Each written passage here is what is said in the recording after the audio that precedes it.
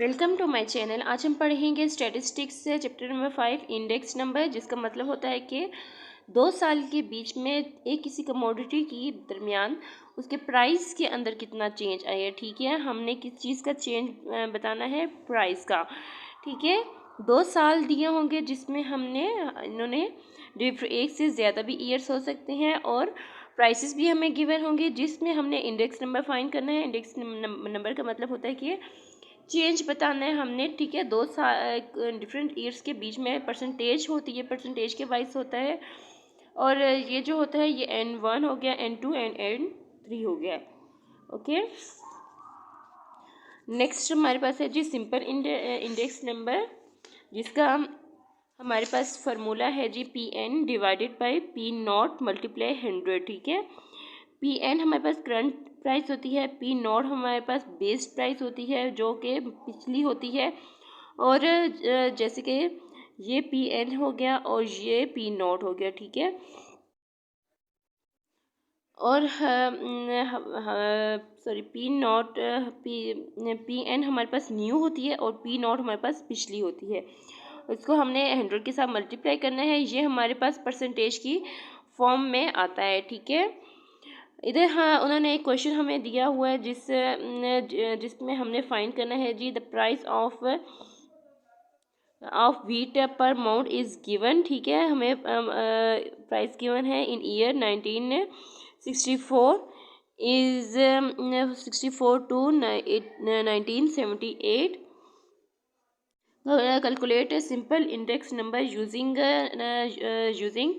1964 as base. ठीक है, तो 1964 का हमने एज बेस लेना है, जिसकी प्राइस हमारे पास 20 बनती है। ठीक है, बेस किसको कहते हैं, P0 को। ठीक है, PN नई वैल्यू होती है और P0 पुरानी वाली वैल्यू होती है। ठीक है, हमने कॉलम को एक टेबल की सूरत में बना दिया। ठीक है, जिसमें हमने तमाम ईयर्स की वैल्यूज़ को इस तरह से नोट डाउन कर लिया है। जिधर इधर कॉलम की सूरत में थे, 5 इधर थे, 5 इधर थे, हमने इनको अरेंज करके एक ही टेबल फॉर्म में ले लिया। ठीक है, अब टू सॉन जितने भी थे हमने क्वेश्चन से देख के लिखते गए हैं, और ये प्राइस भी हमने क्वेश्चन ही में से नोट डाउन की है। नेक्स्ट हमने जो फार्मूले में पूछा गया था, उन्होंने हमसे पूछा था कि हमने फाइंड क्या करना है। हमने price simple index number find करना है। सिंपल इंडेक्स नंबर का जो 1964 को बेस लेना है। फार्मूला हमारे पास ये है, इसको परसेंटेज के लिहाज से करना है। अब हम इसमें PN की जगह PN लगा देंगे, PN 20। P0 भी जो फर्स्ट वैल्यू होती है उसमें P0 भी वही वैल्यू होती है, अगली भी यही होती है। इससे अब पिछली तो कुछ है तो नहीं ना, इससे पिछला तो कुछ नहीं है ना, इसमें हम इसकी ही को ले लेते हैं, PN भी और P0 भी, तो उसको मल्टीप्लाई 100 से कर देते हैं। जब हम इन दोनों को आपस में लिखते हैं तो ये दोनों आपस में कैंसिल आउट हो जाते हैं। जैसे 20 से कैंसिल आउट हो गया तो हमारे पास पीछे जो वैल्यू बची है वो 100 है। ठीक है, फर्स्ट वैल्यू वही आ जाती है क्वेश्चन के मुताबिक, क्योंकि ये था कि 1964 को हमने एज बेस यूज़ करना है इसकी प्राइस को। तो जो हमारे पास नेक्स्ट होगी PN, जो अगली वैल्यू हमारे पास होगी, उसके साथ हमने बेस ईयर, वैसे तो बेस ईयर ऊपर ही वाला बनता है, हर करंट ईयर में से हम पिछली वाली को डिवाइड करते हैं, उसको मल्टीप्लाई 100 करते हैं हर अगले वाले को।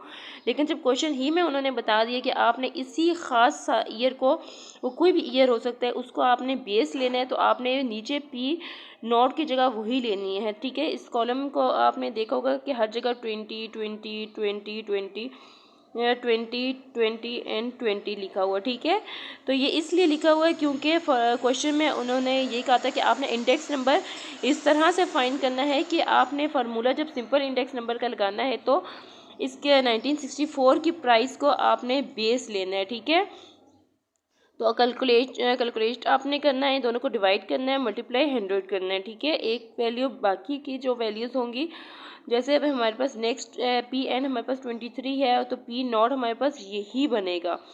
ठीक है, फिर मल्टीप्लाई 100 कर दिया, वैल्यू इसकी लगा दी। नेक्स्ट हमारे पास PN जो है वो 25 है। ठीक है, तो P0 हमारे पास वैसे ये होना चाहिए था, लेकिन क्योंकि क्वेश्चन में हमारे पास है कि हमने 64 को बेस लेना है तो हम 20 लिखेंगे। ठीक है, और फिर कैलकुलेट करके हमारे पास ये वाली वैल्यू आई है। सही है, ये हमारे पास इंडेक्स नंबर फाइंड हो गया है। अगला उन्होंने क्वेश्चन में हमसे पूछा था, जो अगला कॉलम बना है वो क्वेश्चन ही, वरना क्वेश्चन यहाँ तक खत्म हो जाता अगर उन्होंने हमें सिंपल इंडेक्स नंबर ही जस्ट फाइंड करने के लिए बोला होता। ठीक है, क्योंकि इसके पार्ट्स उन्होंने नेक्स्ट कहा है कि average of the price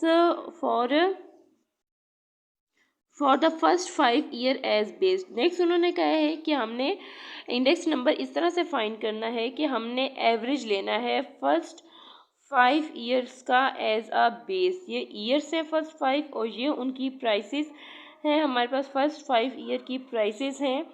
in सब प्राइसेस को हमने कैलकुलेट करना है और 5 ही पर डिवाइड करना है, divided by n। Summation average का ये फार्मूला होता है ना, summation x bar is equal to mean का summation x divided by n।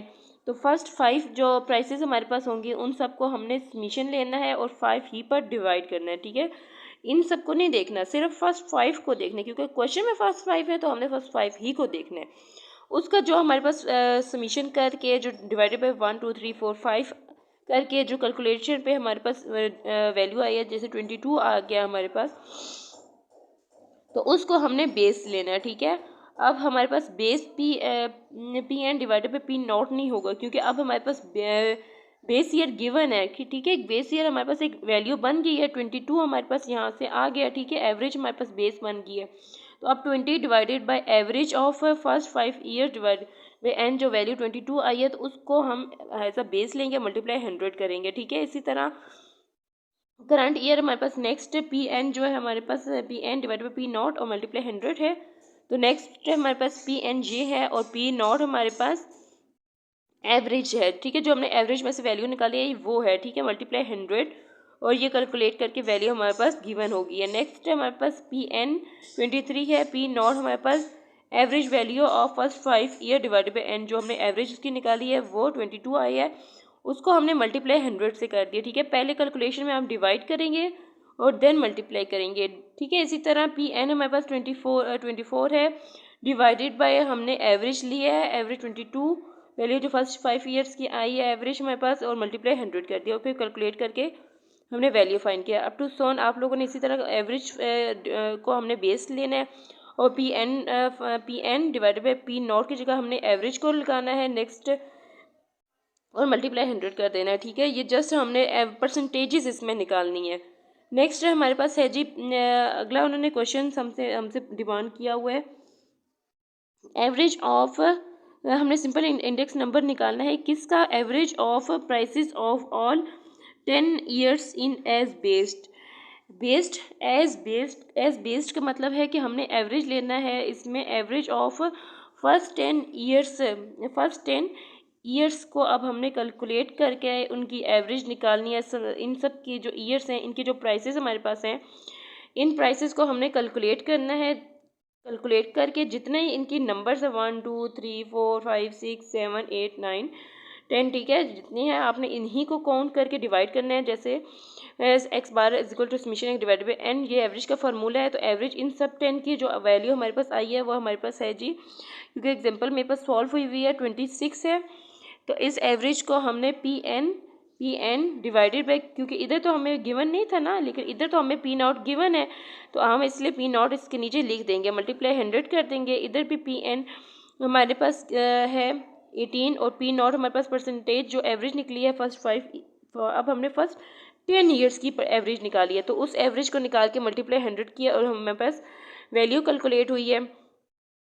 Next हमारे पास करंट ईयर 24 है, तो 24 डिवाइडेड बाय हमारे पास जो एवरेज ऑफ फर्स्ट 10 ईयर्स है वो हमने लिख किया मल्टीप्लाई 100, हमारे पास फार्मूले वाला आया, ठीक है, जो हमारे पास फार्मूला था। ओके, और हमने फिर पहले इन दोनों को डिवाइड किया और इनकी फिर परसेंटेज हमने निकाली है। ओके, आप लोगों ने भी इसी तरह टेबल निकालना है इस क्वेश्चन को देके। एक और हमारे पास मेथड होता है जिसको हम कहते हैं द प्राइस ऑफ, अगर वीडियो में अगर मिसिंग हो गया तो आप इसका मैं सेकंड पार्ट बनाऊंगी, बाकी के अगर एग्जांपल मुझसे इस वीडियो में मिसिंग हो गए तो आप मेरी नेक्स्ट वीडियो जिसको पार्ट 2 में मैं बनाऊंगी, ठीक है, उसमें आप मुझे से देख लीजिएगा, जो एग्जांपल्स नेक्स्ट में समझाऊंगी अगर यहाँ से मिस हो गया तो।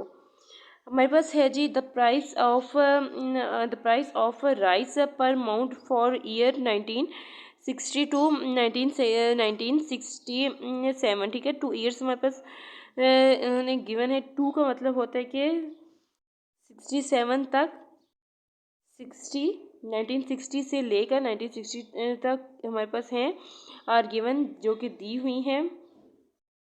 Compute index number by chain based method, ठीक है। अब हमने क्या कौन सा मेथड यूज़ करना है? Chain based method, okay.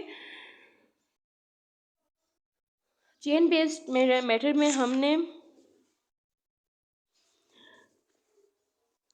Link relative find करते हैं, ठीक है। जो प्राइस रिलेटिव होता है वो हम किस में फाइंड करते हैं? प्राइस रिलेटिव हम फाइंड करते हैं सिंपल इंडेक्स नंबर में। और अगर हम उन्होंने हमसे चेन इंडेक्स इंडाइसिस पूछे होंगे तो हम लिंक रिलेटिव फाइंड करेंगे। लिंक रिलेटिव का मतलब ये होता है कि जैसे हमने ईयर्स हमने टेबल में नोट डाउन कर ली हैं, प्राइसेस हमने सब कॉलम में से टेबल में उतार ली हैं। लिंक रिलेटिव का मतलब होता है कि रिलेटेड। इसका फार्मूला होता है हमारे पास P n divided by P naught multiply 100, okay. P n divided by P naught multiply 100, ठीक है। लिंक रिलेटिव का फार्मूला हमारे पास ये है जी, P n divided by P naught minus 1 multiply 100।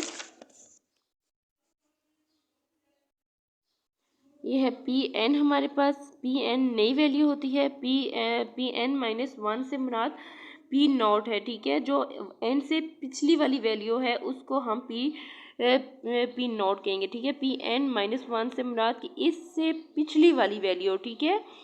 ये होता है लिंक रिलेटिव में।